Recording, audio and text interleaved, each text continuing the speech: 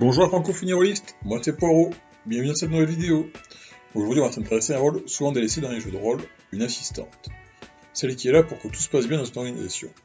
On va aussi lui donner un peu de style et d'épaisseur. Aujourd'hui je vais vous présenter Mélodie, une femme de 50 d'années plutôt bien en chair et souriante. Elle travaille depuis plus de 20 ans. Déjà, le temps passe si vite, dans l'organisation qui emploie vos PJ. Faites pas attention à elle, mais sans elle, la vie de tout le monde serait un enfer. C'est elle qui permet aux équipements d'arriver à temps et aux opérations d'être autorisées.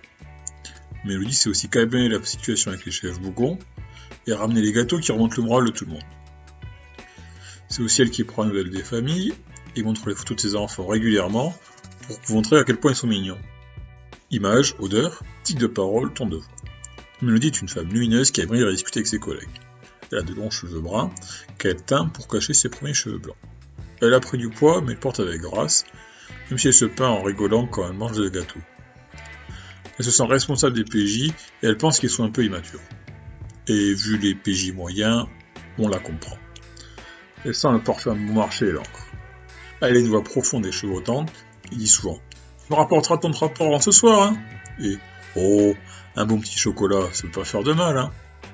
Information sur le setting qu'elle peut mettre en avant. On va commencer original, mais c'est une femme, et la manière dont on parle d'elle, c'est une manière de parler des femmes en général. C'est aussi une interface entre vos PJ et l'organisation. Tel constamment ennuyé, certains de l'amortisseur au PJ, c'est une position confortable pour assister. Ces réactions peuvent illustrer la qualité de vie chez l'employeur des PJ. Elle est aussi là pour donner un point de vue plus grand public ou à la vie incroyable de vos PJ.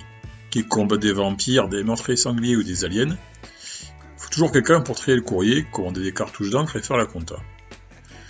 Et c'est elle aussi qui peut leur montrer l'importance de leurs actions pour protéger les gens tout simples, comme Mélodie et sa famille par exemple. Accroche de scénario. Quel scénario de ce personnage et son rapport au PJ, l'œuvre est centrée au histoire, je vous rappelle, peut introduire dans vos campagnes. Ce coup-ci, les scénarios sont plus des intrigues secondaires à mettre en parallèle des histoires principales de vos PJ que des scénarios utilisables directement. Premier scénario. Un chef d'une mission étrangère de l'organisation est de passage. Il va faire un rapport sur le travail des PJ. Mélodie a été désignée pour lui faire le tour du propriétaire et l'occuper un peu. Ça permettra à tout le monde de gagner du temps et de cacher la poussière sous le tapis. Elle a prévu des activités de convivialité et de visite pour le VIP.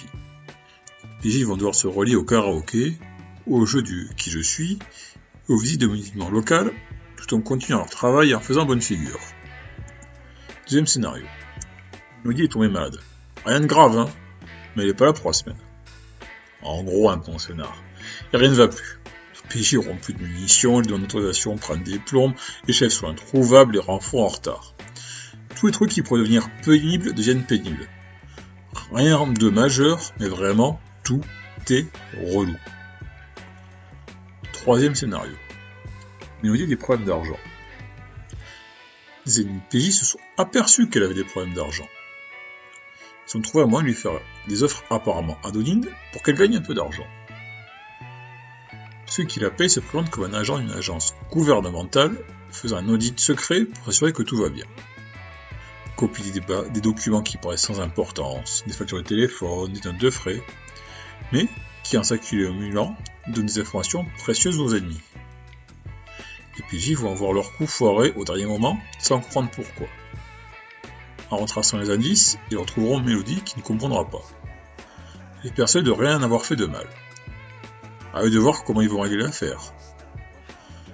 Balancer Mélodie ou la couvrir un scandale à prendre pour elle. Réinterprétation du personnage dans un univers différent. Comment utiliser Mélodie hors du contemporain. En SF, on peut rester quasiment sur le même personnage. Qu'elle serve sur le vaisseau, ou même qu'elle en soit l'IA incorporelle.